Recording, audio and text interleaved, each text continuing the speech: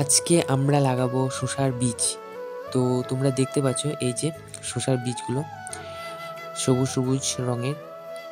এই বীজগুলো আজ এই যে দেখতে পাচ্ছ এই গর্তের মধ্যে সবগুলো লাগাতে হবে।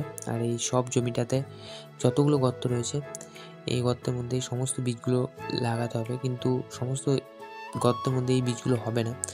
তো যাই হোক, অনেক রৌদ্র হয়ে গেছে, আমি বীজগুলোকে আস্তে আস্তে বসিয়ে নিই। আর দুটো তিনটে করে নিয়ে এই গর্তের মধ্যে বীজগুলোকে দিতে হবে। তো এই যে এইভাবে দেখতে পাচ্ছ আমার এক জায়গাতে দুটো পড়ে গেল, এটাকে তুলে এখানে দিতে হবে। তো যাই হোক, কোনো কোনো জায়গায় দুটো করে পড়ে যাচ্ছে। আর এই মাটিগুলো একটু মোটা মোটা হয়ে আছে, তো মাটিগুলো একটু ঝুরঝুরে টাইপের হলে বেশি ভালো হয়। কিন্তু আমাদের এই মাটিটা আগে ধান চাষ ছিল, সেই ধান তোলার পর আমরা শসার জন্য আবার চাষ দিয়েছে, কিন্তু মাটিগুলো একটু শক্তই থেকে গেছে। তো চলো আমি তাড়াতাড়ি এটা বসিয়ে নিই। আর তোমরা একটা জিনিস লক্ষ্য করে দেখতে পাবে, এই যে শসার বীজগুলো দেখতে পাচ্ছ কল নিয়ে নিয়েছে, সাদা রঙের একটা অংশ বেরিয়ে এসেছে বীজ থেকে। তো বীজ বপন করার আগে অবশ্যই শসার বীজগুলোকে তোমরা একটা কানিতে ভিজিয়ে রাখতে পারো, যাতে পরবর্তীকালে এই বীজটা আগে থেকে যেন বেরিয়ে যায়, ফেলা মাত্রই যেন কয়েকদিনের মধ্যে বেরিয়ে যায়। আর এই যে ছাই পড়ছে, একদিকে শসার বীজ লাগানো হয়ে গেছে আর একদিকে ছাই দিচ্ছে, তার উপরে জল ছেটাতে হবে।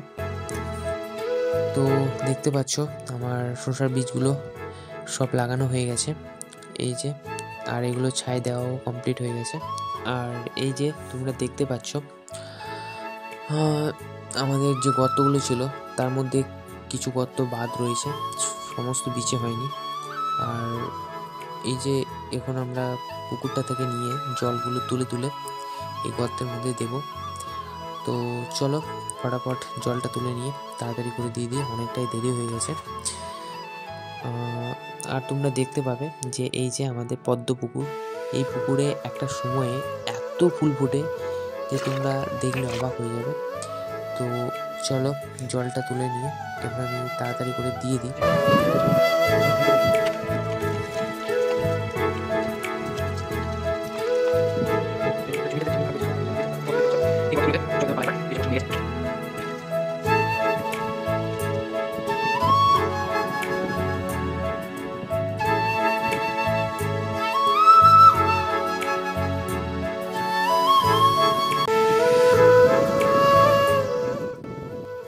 ফাইনালি আজকের মতো আমাদের জল দেওয়া কমপ্লিট হয়ে গেল। তো এবার যেসব জায়গাগুলো গর্তের মধ্যে ছাই দেওয়া পড়েনি সেগুলো এখন ছাই দেওয়া চলছে। আর আমাদের জল দেওয়া কমপ্লিট, এবার আমরা বাড়ি চলে যাব, আবার কালকে এসে জল দিতে হবে। তো টাটা আজকের মতো। আজকে আমাদের দ্বিতীয় দিন শসার বীজে জল দেওয়ার। আর এই যে আমাদের কালিয়া ভাই, একবার শুধু বলেছিলাম এসে একদম পুরো জল দিতে শুরু করেছে, আমাকে ডাকেও নি, বালতিটা ওখানে ছিল, নিয়ে এসে চলে এসে জল দিতে শুরু করেছে। আর এই যে আমার হাত থেকে বালতিটা নিয়ে চলে গেল জল আনতে। তো চলো আমিও একটু এগিয়ে যাই, নইলে ছোটো বাচ্চা 2 বালতি জল আনতে পারবে না। তো এই যে কটা ভাই শুধু চলে এসেছে আমাদের, এখান থেকে জলটা তুলে দেবে আর এখান থেকে আমাকে একটু আগিয়ে দেবে, আর আমি নিজে শসার বীজে জলগুলোকে দেবো। আর এমনিতে শসার বীজে অনেকটাই আমার জল দেওয়া হয়ে গেছে, প্রায় কমপ্লিট, আর সামান্যখানি বাদ রয়েছে।